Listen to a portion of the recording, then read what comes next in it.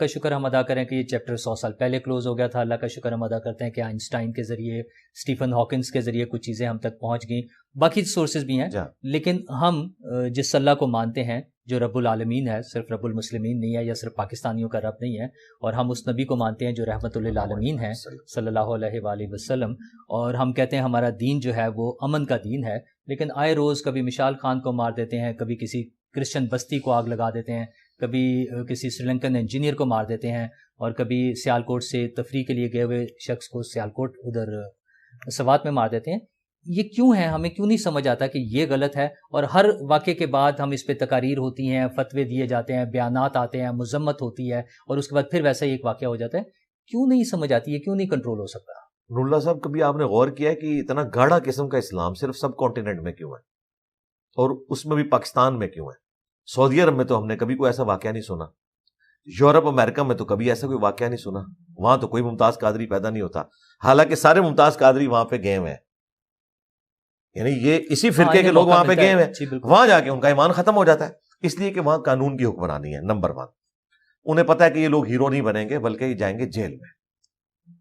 اور نمبر 2، اور ترتیب کے اعتبار سے وہ نمبر 1 ہے کہ ان سارے جرائم کی بنیاد ہماری اسٹیبلشمنٹ ہے. انہوں نے یہ جو ملا ملٹری اتحاد ہے نا، جو انہوں نے ان لوگوں کو یوز کیا اپنے مقاصد کے لیے، جب کبھی کسی پولیٹیکل لیڈر کو ڈیفیم کرنا ہے تو یہ انہوں نے مولوی اٹھائے، فاطمہ جناح سے لے کے ابھی تک آپ دیکھیں. اب مودودی صاحب جیسے تو بڑے کم لوگ تھے سمجھدار، مودودی صاحب اس وقت فاطمہ جناح کے ساتھ کھڑے ہوئے، حالانکہ لوگوں نے کہا آپ نے تو خلافت و ملوکیت لکھی ہے اور آپ تو عورت کی حکمرانی کے قائل نہیں ہیں، لیکن انہوں نے کہا کہ نہیں، یہ جو اس کے پیچھے چال ہے نا، اس وقت ہمیں فاطمہ جناح کا ساتھ دینا چاہیے، اور بالکل انہوں نے ٹھیک کیا. تو بیسیکلی یہ جو مولوی ملٹری اتحاد ہے نا، جو اب گلے پڑ گئے ایک دوسرے کے، اب تو ہمیں گوروں نے بتایا FATF کے ذریعے، ابھی بھی ہمیں عقل نہیں آنی تھی، ہم نے کوئی ضرب عزم رد الفساد اور یہ ابھی جو عزم استحکام ابھی پتہ نہیں اور کتنے آنے، یہ ہم نے نہیں شروع کرنے تھے، یہ ہمیں گوروں نے کہا ہے کہ اپنا سینڈ پونجو.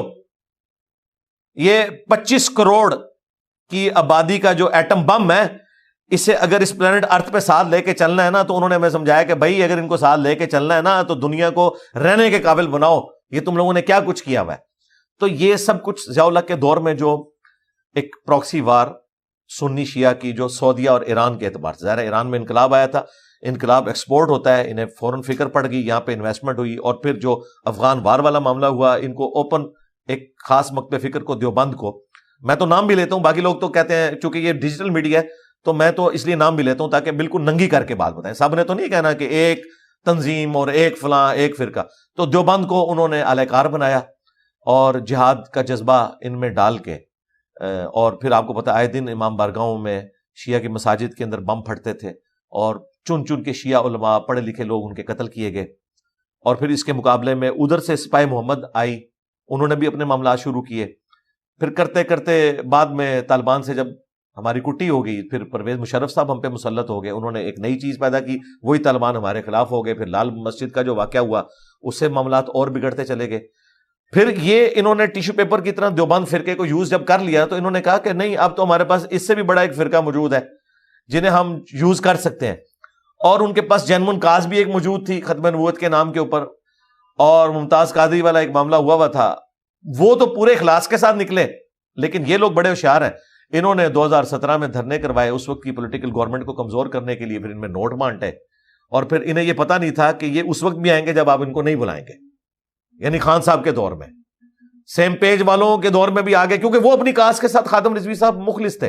میں خادم رضوی صاحب کے عقائد اور نظریات سے سخت اختلاف رکھتا ہوں، لیکن مجھے ان کے اخلاص پہ کوئی شک نہیں ہے کہ جس چیز کو وہ صحیح سمجھتے تھے واقعی وہ صحیح سمجھتے تھے، وہ ایجنسیوں کے لیے کام نہیں کر رہے تھے. میں انہیں اس وقت سے جانتا ہوں جب میری ابھی داڑھی بھی نہیں نکلی تھی 1994 میں، جب میں FSC میں تھا تو میری گلی والی مسجد میں وہ آ کے درس دیتے تھے.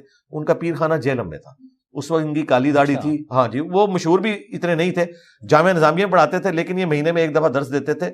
تو اسپیکنگ پاور اس وقت بھی ان کی بلا کی تھی، اردو میں یہاں وہ درس دیا کرتے تھے. تو میں اس وقت سے انہیں جانتا ہوں. وہ وقتاً فوقتاً جیلم آتے بھی تھے، ہمارے جیلم کی ایک مسجد سے انہوں نے حفظ بھی کیا ہوا تھا. تو وہ اپنی کاز کے ساتھ مخلص تھے. بعد میں وہ آگے، پھر انہیں پتہ چل گیا کہ یہ کیا ہو گیا. پھر یہ جو آپ نے جتنے واقعات بتائے ہیں، جس کو بھی آپ ڈیپ ڈگ کرنا شروع کریں تو پیچھے ٹی ایل پی نکلنا شروع ہو جاتی ہے. تو اس میں ٹی ایل پی کم مجرم ہے, اسے فیسیلیٹیٹ کرنے والے اور یہ پود بنانے والے وہ بڑے مجرم ہیں. جب تک وہ اپنے گناہوں کی معافی نہیں مانگتے اس وقت تک یہ معاملات سیٹل نہیں ہوں گے. اب انہوں نے پالیٹکس میں انگیج کیا, بہت اچھی بات ہے. جماعت الدعوہ کو بھی, اہل حدیث کی جماعت تھی, انہیں بھی انہوں نے پالیٹکس میں انگیج کیا. وہ بھی خطرناک ہو سکتے تھے کیونکہ وہ بھی جیب کترے اور اس طریقے سے اسٹریٹ کرائم کرنے والے لوگ بن سکتے تھے. ان کے بھی فنڈ ظاہر بند ہوئے ہیں تو انہوں نے بھی تو بے روزگار ہوئے, انہوں نے تو فن کوئی نہیں سیکھا ہوا. تو یہ بہت بڑا خطرہ تھا, لیکن اللہ کا شکر ہے کافی حد تک ان کو مینج کیا گیا. ان کی چونکہ شروع سے اس طرح نان اسٹیٹ ایکٹر والی تربیت نہیں ہوئی تھی. جماعت الدعوہ کو میں نے بڑے قریب سے دیکھا ہے. لوگ تو سمجھتے ہیں کہ شاید اہل حدیث جو فرقے کے جو اس قسم کے لوگ پاکستان میں پائے جاتے ہیں وہ بھی نان اسٹیٹ ایکٹر ہیں. وہ نان اسٹیٹ ایکٹر نہیں. حافظ سعید صاحب کو اس حوالے سے میں خراج تحسین پیش کرتا ہوں کہ انہوں نے تربیت یہ کی تھی کہ پاکستان میں کبھی ان کے ماننے والے نے کوئی اس قسم کی ایکٹیویٹی آج تک نہیں پرفارم کی. وہ اپنے نظم و ضبط میں رہ کے جو بھی اس سے وہ باہر نہیں. اور اس کی وجہ سے طالبان نے جماعت الدعوہ کے سینکڑوں لوگوں کو قتل بھی کیا. یہ اس کی قیمت انہیں ادا کرنی پڑی ہے اس کی وجہ سے, کیونکہ وہ بہرحال اسٹیٹ کے ساتھ کھڑے رہے. اچھا, باقی جو ان سے ہمیں نظریات کا اختلاف ہے, کشمیر جہاد کا تو میں بالکل ایگری نہیں کرتا اسٹیبلشمنٹ کے ساتھ. اب تو خیر انہوں نے خود جان چھڑا لی ہوئی ہے. میں تو جب اس وقت بھی تھا مودودی صاحب کا موقف درست تھا, وہ ایک الگ بات. لیکن پاکستان میں اس قسم کی کوئی ایکٹیویٹی نہیں کی انہوں نے. ہاں, عرب ملکوں کے اندر جو آپ کو یہ سارا فساد نظر آ رہا ہے جہاد کے نام کے اوپر, وہ میں مانتا ہوں کہ وہ اہل حدیث فرقے کے لوگ ہیں, بڑے ہارڈ لائنر قسم کے. جس طرح داعش ایک جماعت اب تو آلموسٹ وہ ختم ہو چکی ہے, انہیں فنڈنگ پھر امریکہ نے بھی کی, سعودیہ نے بھی کی, بعد میں وہ ان کے گلے فٹ ہو گئی. تو یہ بیسیکلی ان میں بھی جو لوگ تھے, یہاں سے بھی کئی لوگ گئے, وہ مخلص تھے لیکن وہ یوز ہو گئے. یہ سب سے بڑا مسئلہ ہے کہ بڑے لوگ جو ہیں وہ بکے ہوئے ہوتے ہیں, نیچے لوگ یوز ہو رہے ہیں. میں ٹی ٹی پی کے بھی جو عام لوگ ہیں انہیں مخلص سمجھتا ہوں. اوپر کے لوگ جو ہیں وہ انڈیا سے فنڈ لے رہے ہیں اور وہ اپنے معاملات کو لے کے چل رہے ہیں. نچلے لوگ سمجھتے ہیں کہ ہم کوئی اسلامی نظام کے لیے کر رہے ہیں, حالانکہ اسلامی نظام والوں کا کریکٹر اس طرح کا ہوتا ہے جس طرح کا ان کا کریکٹر ہے. یعنی سیکس کے پوائنٹ آف ویو سے اگر آپ ان کو کلوزلی دیکھیں تو اسلام تو دور دور تک نظر نہیں آتا.